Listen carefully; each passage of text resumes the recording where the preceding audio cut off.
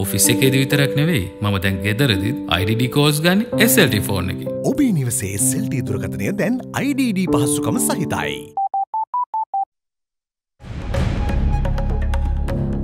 Making headlines here at First at 9, filling the void. Acting ministers sworn in to take over vacated ministerial portfolios. Regulating Facebook. As Facebook CEO concludes his testimony before the US Congress, Sri Lanka's telecommunication minister reveals plans to bring regulations on Facebook use. Where's the mandate? Joint opposition parliamentary group leader says that people's mandate is not reflected in parliament. Parliament does not reflect the true mandate. Serving beyond. The army commander reveals plans to expand Sri Lanka's involvement in foreign missions. Wherever we have been deployed, definitely we have done to the best of our ability and we have been praised on it. The United States on Syria. The White House says President Trump has not laid out a timetable for action in response to a suspected chemical attack.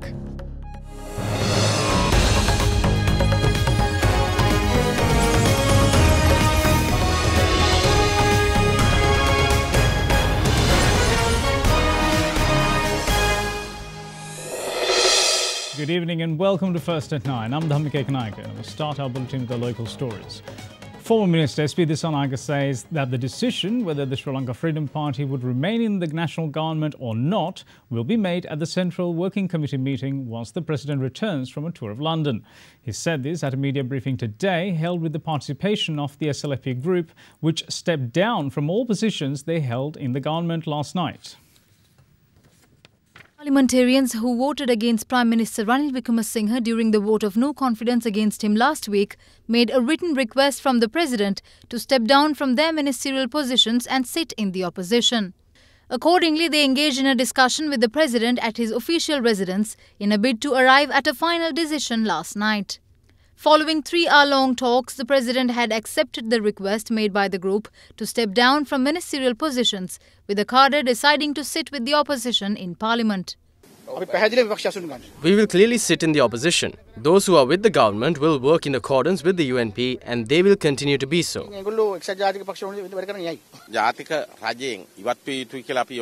We suggested that the SLFP should withdraw from the national government, but the matter couldn't progress since the President is going abroad.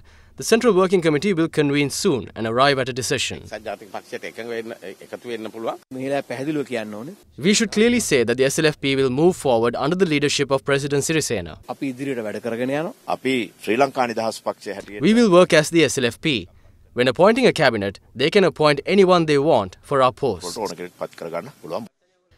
In the meantime, parliamentarians of the SLFP who stepped down from ministerial positions convened a media briefing at the party headquarters today. During the vote of no confidence, the UNP showed that they are capable of continuing the government by themselves. Therefore, the SLFP has a responsibility to let them continue as a single-party government.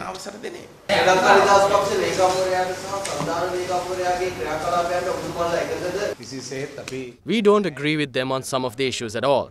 We can resolve some of these issues at the Central Working Committee. We are not ready to get buried with the UNP. Now, parliamentarian of the United People's Freedom Alliance, Dinesh Gunawardena, highlights the loss of confidence in Parliament following the local authorities election as the cause behind the recent political seismic activity in the country. Speaking to First at 9 today, the parliamentarian alluded to 16 members of the SLFP deciding to sit with the opposition in Parliament and said that the Parliament does not reflect the true mandate.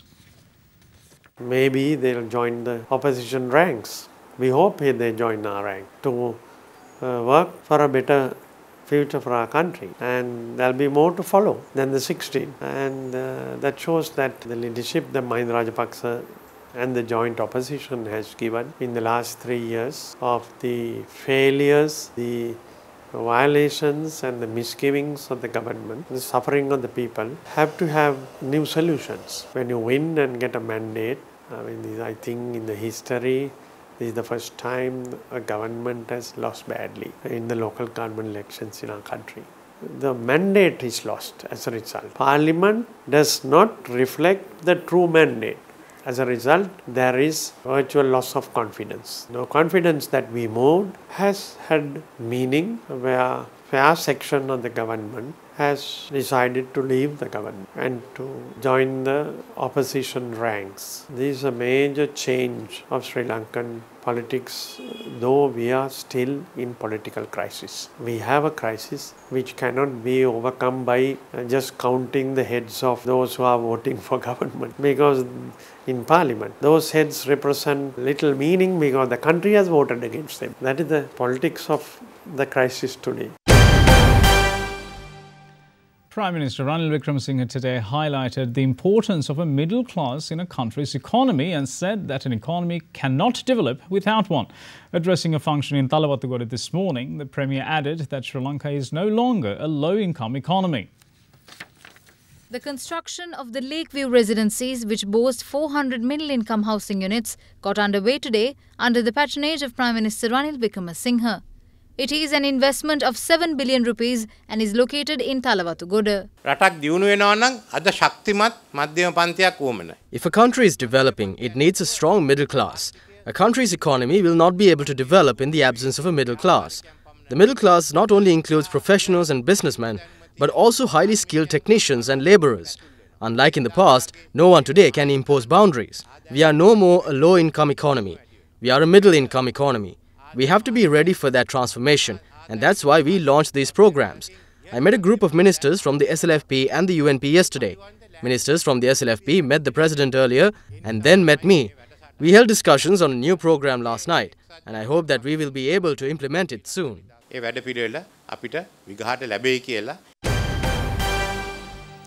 Moving on to other stories, one of the three main power generation units of the Lakvijaya coal power plant in Norotchale has been shut down since last night. The closure came into effect under the directives of the Provincial Environmental Authority of the Northwestern Province. In a backdrop where the coal power plant generates almost half of the daily national power demand, First at 9 inquired as to how the country's power requirement will be balanced. The prevailing dry weather conditions in the country has gradually affected the contribution of hydropower stations to the national grid over the past 3 years. It is in this backdrop the thermal power stations, including Lakvijaya Power Station, or commonly known as the Norotchale coal power plant, continue to support the national grid during emergencies. Following the recent severe drought condition across many parts of the nation, Norotchale coal power plant managed to contribute up to 40 to 45% of the energy requirement to the national grid. The national power requirement amounts to 40 million electricity units of daily demand. However, one of the 30 megawatt three main power generating units of the power plant was shut down last night. Provincial Environmental Authority of the Northwestern Province had identified that pollution control equipment at the generation unit designed to control fly ash, hazardous waste produced through the coal power generation process, was malfunctioning and needed immediate repairs. These fly ash pollution control equipments are used to control air pollution as per standards.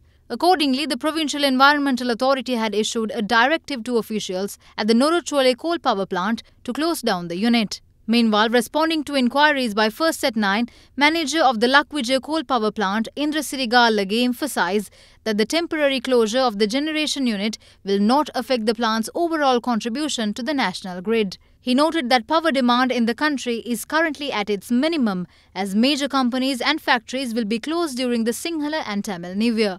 Officials of the Norotchale coal power plant expect the unit to reopen by 22nd of April. Sri Lanka Army Commander Lieutenant General Mahesh Senanayake reveals that Sri Lanka Army has earned more than $161 million from peacekeeping operations since 2004 to date. He said this while addressing the opening ceremony of the Directorate of Overseas Operations in the Army set up in Colombo this morning. Directorate of Overseas Operations in Colombo is designed inclusive of an operational wing, human rights wing, training wing and logistic wing. It was unveiled today under the auspices of the Army Commander, Lieutenant General Mahesh Senanayake. The new facility will provide Army personnel with pre-development training, including conduct and discipline, and awareness raising on investigation and disciplinary measures. By now, the people have already recognized the capacities and the capabilities and the commitment that the Sri Lankan Armed Forces do have. So wherever we have been deployed, definitely we have done to the best of our ability and we have been praised on it. Now, there is a demand not only for the infantry troops to do convoy protection or any other United Nations related duties, but we have been requested for engineering assistance, whether it is vertical or horizontal construction, then engineering assistance on humanitarian demining, engineering explosive ordnance disposal responsibilities are also given to us. For the country also to understand this is your army. Nobody told us to have this directorate. It is our own. We understand our responsibility. We are going to expand more. So that will give good exposure for our officers and men who have done extremely well in combat, plus even in the future. Financially, I want to say something. From 2004 up to now, we have earned more than 161 million US dollars from peacekeeping operation. Annually, as at with the small group of people we are deployed now, we are earning as revenue for the country around little more than 2.5 million US dollars as at today, with having only 42 and 374 people on ground. Why I say that is, my soldiers get benefited financially, individually, they get a pay, but same time, the revenue comes to the country and it also matters. So that will be utilized again for defense budget, maybe, or to train more people to go abroad. So if we can reach self-reliance, self-sustainment from some of my Battalion brigade doing this, then we will not be a burden to all of you. You are watching Sri Lanka's award-winning news channel, Derana 24/7.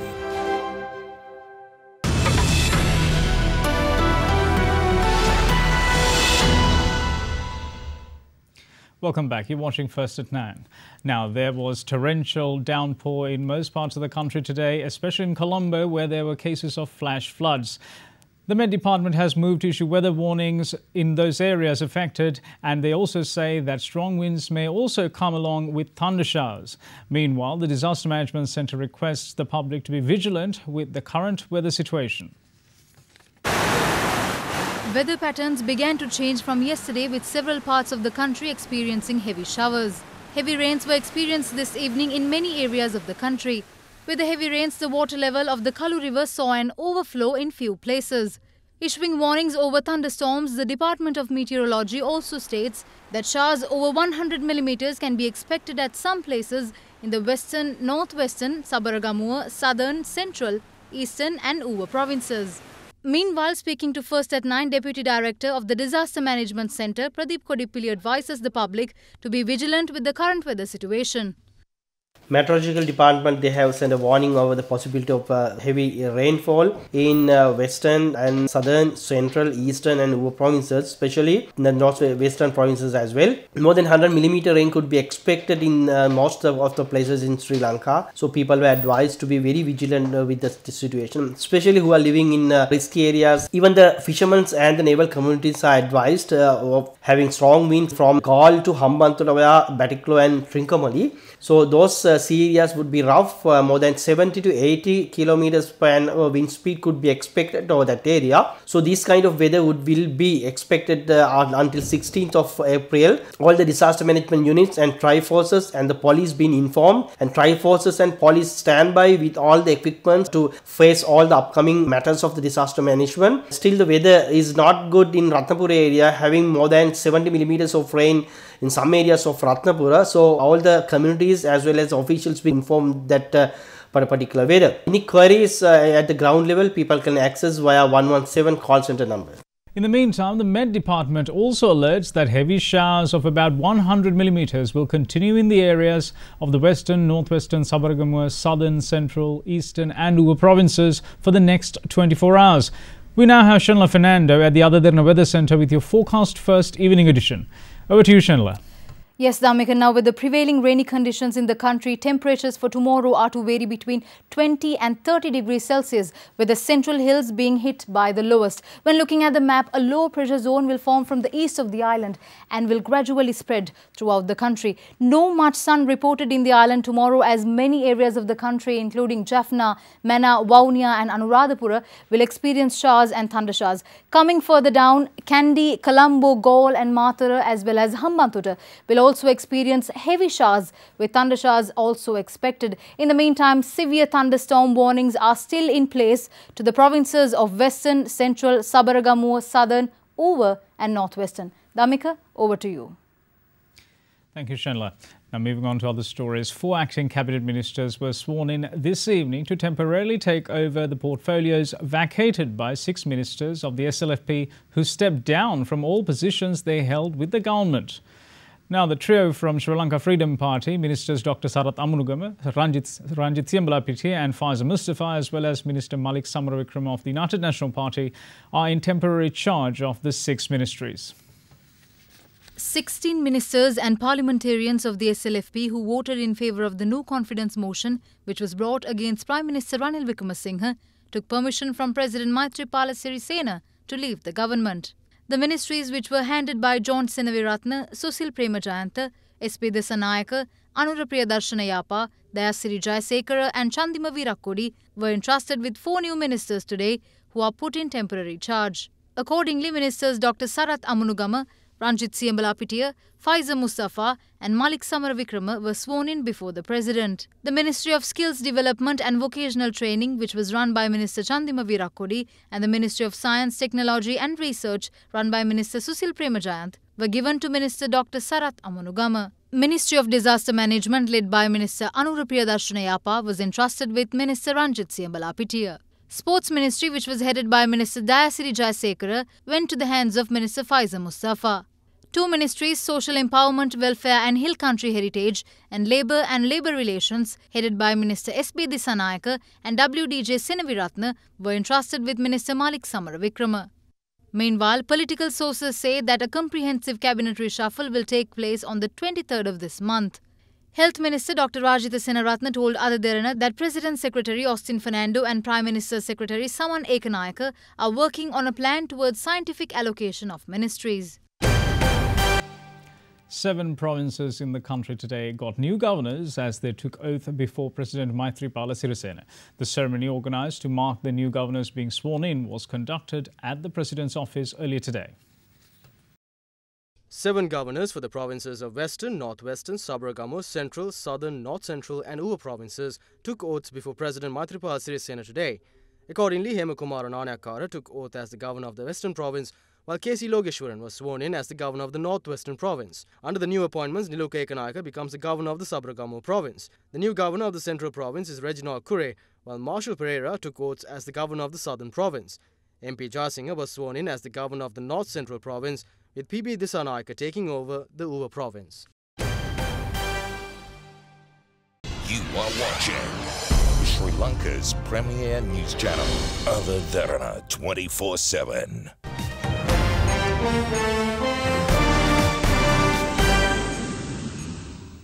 Now, with social media applications gaining popularity around the world, it is only logical that their success will lead to uncharted territory where certain issues may arise. Facebook is one such platform which enjoyed immense success, but which suffered many hits during the past few months.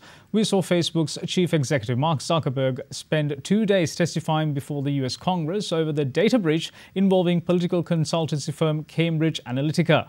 Following 2 days of testifying, the question still remains whether personal data have actually been divulged to a third party, and if so, whether it was misused. This issue regarding social media hits closer to home as well. In the past couple of months, we saw how hate speech and fake news had a major effect on peace and stability in the country. But what have we done about it since? First at 9 put the matter to Minister of Telecommunications and Digital Infrastructure as well as Foreign Employment Harin Fernando. He said that discussions are underway or currently being held with both the Telecommunications Regulatory Commission and the Facebook team in India to bring in stronger regulations when it comes to social media usage. Chief Executive Mark Zuckerberg was on Capitol Hill yesterday for the second time in 2 days to answer questions about data privacy in the wake of revelations last month that millions of users' personal information was wrongly harvested from the website by Cambridge Analytica, a political consultancy. On the second day of testimonies, Zuckerberg revealed that his data was among those which were harvested in a private scandal. But the chief executive of the world's largest social media network pushed back on Congress members' likening of Facebook's data collection to surveillance. I only have 4 minutes. Was your data included in the data sold to the malicious third parties? Your personal data? Yes. It was. Are you willing to change your business model in the interest of protecting individual privacy? Congresswoman, have made and are continuing to make changes to reduce the amount of data. Are you willing to change your business model in the interest of protecting individual privacy?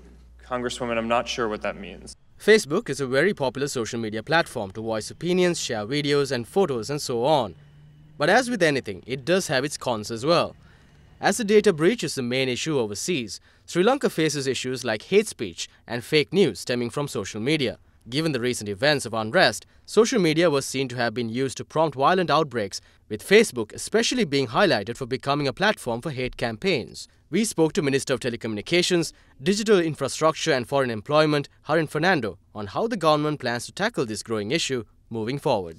With regard to the current Facebook developments, what Sri Lanka have taken actions, we have a cabinet-appointed committee that has been appointed by the President to look into these details, comprising of myself, that is the Telecommunication and Digital Infrastructure Ministry, plus the Law and Order Ministry, Sanjit Madhumbanda, the Media Ministry headed by Mangala Samaravira, plus the Defence Ministry. So we are all working together to work with the TRC as well in order to make sure that the Facebook flood that happened some time ago in Sri Lanka with regards to the Kandy incident will not take place again. And also we have been constantly speaking and have put few remedies with the Facebook team that is working in India in order to prevent hate speech being spread in Sri Lanka. But also there are certain other remedies that we have been looking into with regards to how to monitor Facebook and how to monitor fake news, which is also another problem. So we are looking at lots of models. Even in Malaysia, recently there was legislation that was passed that any fake news would get a jail term. So we need to look into the Justice Ministry also, and there is a different team from the Aegis Department working on certain legal issues that would prevent people putting on hate speeches, fake news, etc., and spreading rumors on social media networks. So there are different software on how you can monitor, you can prevent, and also we've learned that Facebook itself is trying to do changes to their Facebook app itself. So therefore, I think there will be a lot of changes that can be expected in the coming time, maybe in another month's time or so. So hopefully that the laws passed, the new methods of taking serious action on hate speakers as well as fake news and unwanted things published on social media. We also spoke to new media researcher Nalaka Gunawardana regarding the social media issue, and he had this to say. I have not yet heard whether anyone from Sri Lanka is affected and whether their data has been compromised. But as a general rule of thumb, I would say users beware. We have to be very careful on our privacy settings in Facebook accounts. Social media is only part of a much larger problem. The larger problem, in my assessment, is the impunity that the peddlers of violence and hate speech have experienced in this country. For many years, both the previous government and this government have not cracked down sufficiently on those who are spreading racial and religious hatred. They have had a free hand almost to continue their poisoning of the public mind, and they have used many different methods. Moving on with other news overseas, the White House said yesterday that President Donald Trump has not laid out a timetable for action in response to a suspected chemical attack in Syria. White House spokeswoman Sarah Sanders said Trump had a number of options and that all options were still on the table. The United States says all options are on the table in response to a suspected chemical weapons attack in Syria as Western leaders continue to weigh up military action. White House spokeswoman Sarah Sanders told reporters that a final decision on military strikes had not been taken as yet. Meanwhile, warships departed from Norfolk, Virginia yesterday. The fleet included the German frigate, the FSN Hessen, which will serve in support of maritime security operations. Earlier, US President Donald Trump warned Russia of imminent military action in Syria, declaring that missiles will be coming and lambasting Moscow for standing by Syrian President Bashar al-Assad. The Russian military said yesterday that it was closely watching the situation around Syria and was aware of the movements of a US naval strike force headed for the Gulf. It also repeated Russia's assertion that a suspected chemical weapons attack carried out in the Syrian town of Douma had been faked by the White Helmets organization, rejecting Western allegations that Syrian government forces were responsible for it.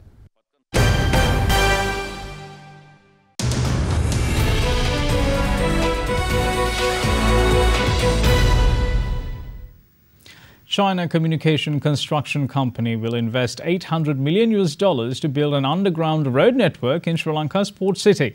Minister of Megapolis and Western Development, Partli Champikiranawaka, told a Foreign Correspondents Association forum last evening that construction will start once legal procedure on the new reclaimed land is done.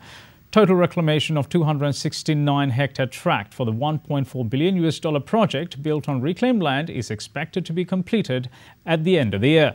Minister Champikiranawaka also spoke at an event for the presentation of Development Control Regulation of the Port City Development Project.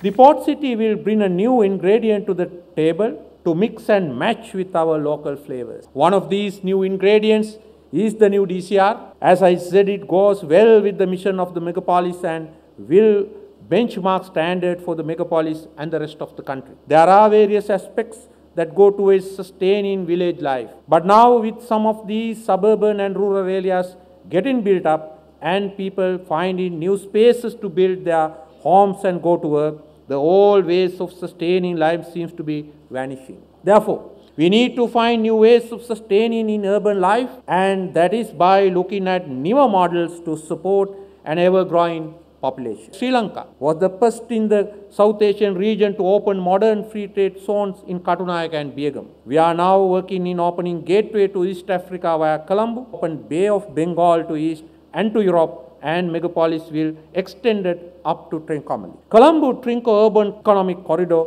will connect east and west of the Indian Ocean. This will be the shining belt of Indian Ocean, and Port City will be a crown jewel of this corridor. This is our dream, and make it reality. The Managing Director of the International Monetary Fund, Christine Lagarde, says that China's Belt and Road Initiative is showing signs of progress, but warned of political debt risks for partner countries involved in joint projects. The Belt and Road Initiative aims at building a modern-day Silk Road connecting China by land and sea to Southeast Asia, Central Asia, the Middle East, Europe, as well as Africa. China has pledged $126 billion for the ambitious Belt and Road Initiative, unveiled in 2013 as an initiative of Chinese President Xi Jinping. Its aim is to build a modern-day Silk Road connecting China by land and sea to Southeast China, Central Asia, the Middle East, Europe and Africa.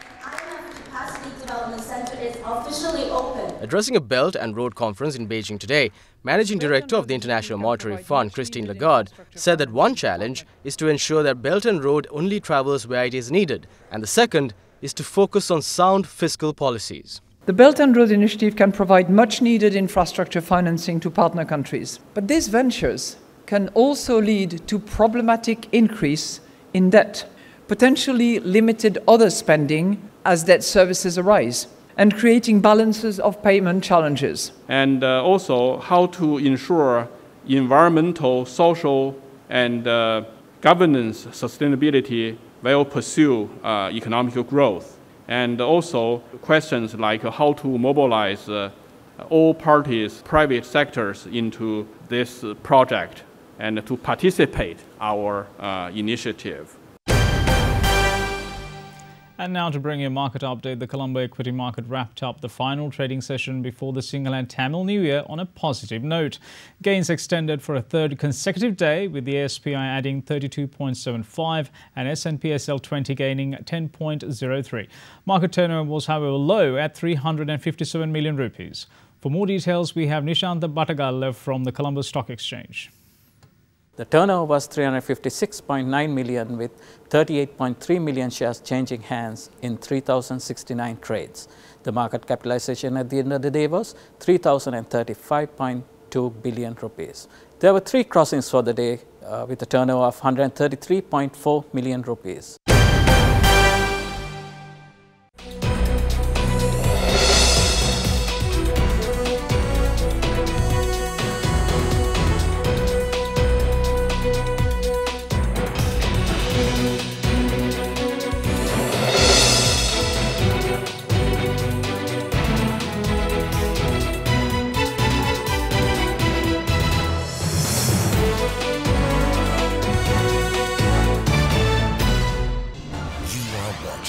Sri Lanka's award-winning news channel, Other Derana 24/7.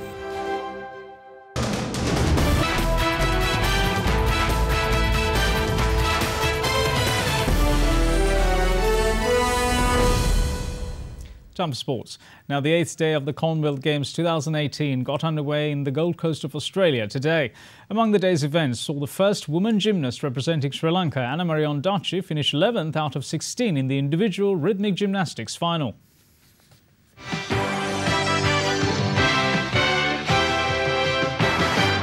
Sri Lanka's Gayanthika Abeyaratne finished 8th with a time of 2 minutes and 4.72 seconds in the first 800-metre heats at the Commonwealth Games today. In Heat 3 of the women's 800 metres, Nimali Liyanarachchi finished 7th with a time of 2 minutes and 8.52 seconds. Meanwhile, in badminton, Niluka Karunaratne faced men's singles top seed Srikanth Kidambi from India. Srikanth went on to comprehensively beat Niluka 2-0 with scores of 21-17 and 21-14. 1 points to 10 in the second, having taken the... Sri Lankan gymnast Anna-Maria Ondaatje finished 11th out of 16 finalists in the individual rhythmic gymnastics finals at the Commonwealth Games 2018 today. Anna-Marie is the first woman gymnast to represent Sri Lanka in Commonwealth Games history. Meanwhile, with the hopes of winning 2 medals for the nation, Sri Lanka's Tivanka Ranasinghe and Ishan Bandara will take part in their boxing semi-final matches tomorrow. It is also noteworthy to mention that champion sprinter Usain Bolt from Jamaica arrived at Gold Coast yesterday. Bolt, who participated as an athlete in the 2014 Commonwealth Games, attends as a spectator this time around.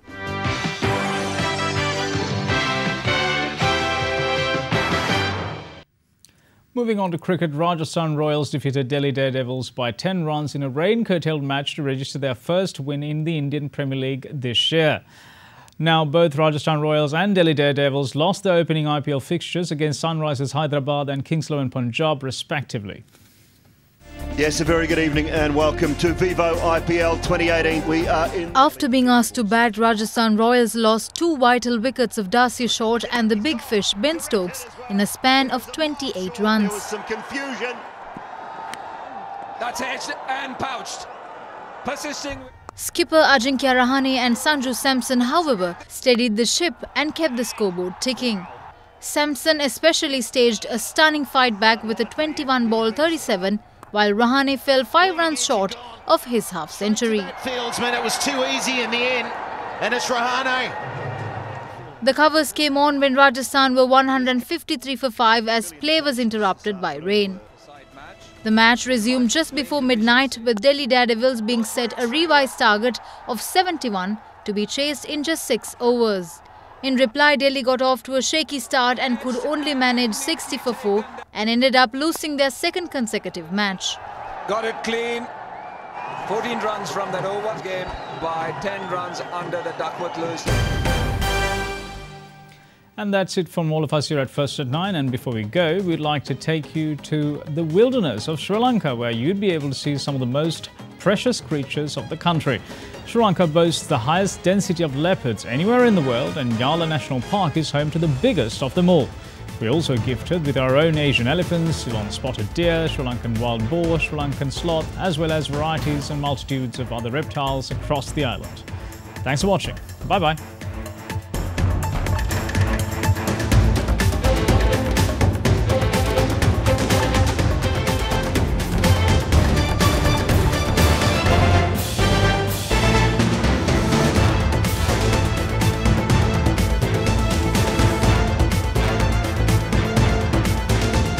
Bringing you the news and information 24 hours a day. This is Sri Lanka's premier news channel, Other Derana 24/7.